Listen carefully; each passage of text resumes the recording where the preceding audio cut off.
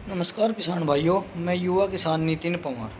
तो किसान भाइयों, आपका स्वागत है सीताराम फार्मिंग यूट्यूब चैनल में। तो किसान भाइयों, आज हम बात करेंगे गन्ने की ग्रोथ पर।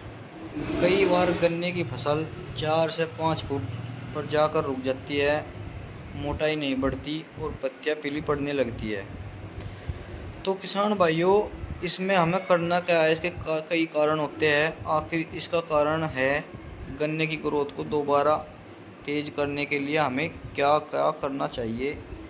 यही जानने के लिए इस वीडियो में हम बात करेंगे।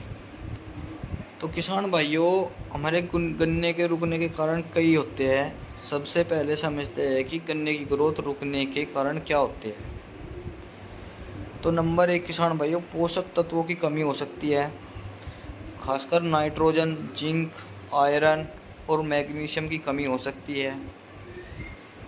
तो किसान भाइयों, खेत में नमी की कमी हो सकती है या ज़्यादा पानी भरना।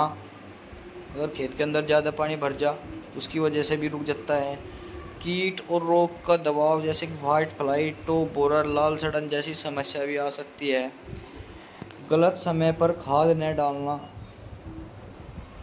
या सही समय पर हमें किसी पोषक तत्व का ना देना या खाद ना देना। अगर हम इन कारणों को पहचान कर सही उपचार करें तो गन्ने की ग्रोथ दोबारा शुरू हो जाती है। तो खाद और पोषक तत्वों की बात करें तो किसान भाइयों, अब हमें गन्ने के अंदर कौन से खाद और पोषक तत्व देने हैं जिससे हमारे गन्ने की ग्रोथ चालू हो जाए। तो हमें इसमें क्या डालना चाहिए? नंबर 1 किसान भाइयों, सबसे पहले यूरिया लो, जिसमें नाइट्रोजन 40% आता है। प्रति एकड़ के हिसाब से 45 से 50 kg लगावे। उसके साथ किसान भाइयों, DAP ले, SSP ले। अगर पहले नहीं लगाई है तो आप लोगों ने खाली यूरिया बिल्कुल ना लगावे इस समय पे। पोटास ले ले, या गन्ने की मोटाई को और जड़ों को ताकत देता है और बढ़ाता है। पोटास की मात्रा किसान भाइयों, यूरिया के साथ आप 25 से 30 किलो प्रति एकड़ के हिसाब से ले। इससे आपकी सूक्ष्म पोषक तत्व जो माइक्रो न्यूट्रेंट होते हैं, जिंक होता है, जिंक सल्फेट 5 से 10 किलो प्रति एकड़, मैग्नीशियम सल्फेट 10 किलो प्रति एकड़, आयरन और बोरोन ले ले। आयरन ले ले 500 ग्राम प्रति एकड़ के हिसाब से, बोरोन भी 500 ग्राम प्रति एकड़ के ध्यान हिसाब से। खास ध्यान रहे कि यूरिया के साथ सिर्फ किसान भाई नाइट्रोजन पर बिल्कुल निर्भर ना रहे। हमेशा पोटास या उसके साथ कोई पोषक तत्व या सूक्ष्म पोषक तत्व मिलाए। उससे आपका गन्ना बिल्कुल मजबूत भी होगा और जड़ें मजबूत भी होगी, ग्रोथ भी होगी। तो जड़ों, अगर ग्रोथ रुक गई है तो उसमें जड़ों को के साथ साथ पत्तियों पर भी पोषण देना बहुत ज़रूरी होता है किसान भाइयों। इसके लिए हमें पत्तियों पर माइक्रोन्यूट्रेंट का या फिर छिड़काव भी करना पड़ेगा, जैसे कि 19-19 या 20-20 आता है। 1 किलो से 1.5 किलो प्रति एकड़ के हिसाब से 200 लीटर पानी में घोल मिला कर छिड़के। साथ में 250 ग्राम जिंक सल्फेट ले ले, उसमें चिलिटेड आता है जो हमारा। 250 ग्राम मैग्नीशियम सल्फेट ले ले जो हमारा चिलिटेड आता है। उसका स्प्रे आप अपने गन्ने में करें। यदि पत्तियाँ पीली पड़ रही हो तो 1 लीटर लिक्विड आयरन भी मिलावे। यह स्प्रे 15 दिन के अंतर से 2 बार करें अपने खेत के अंदर। पत्तियाँ हरी भरी होगी और ग्रोथ तेज़ी से बढ़ेगी। तो किसान भाइयों, इस तरीके से आप अपने खेत की ग्रोथ बढ़ा लें।